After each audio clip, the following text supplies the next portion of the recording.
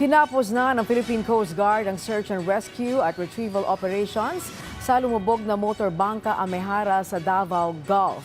Ayon sa PCG, napag-alaman din na bumiyahe ito kahit walang clearance. Ang detalye sa sentro ng balita ni JC Aliponga ng PTV Davao.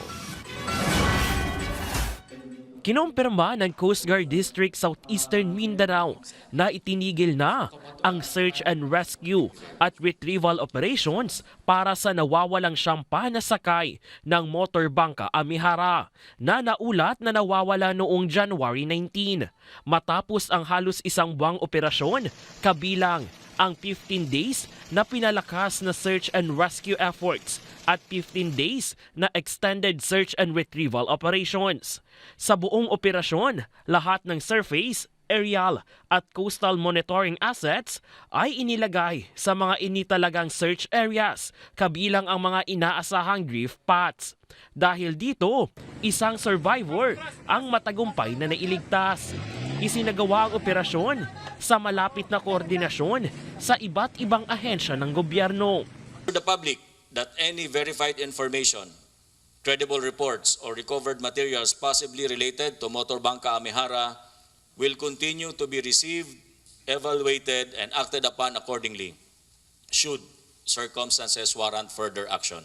Base sa investigation report ng PCG, napag-alaman na bukod sa overloaded ang motorbangkang Amehara ay naglayag pa ito ng walang clearance mula sa nasabing ahensya.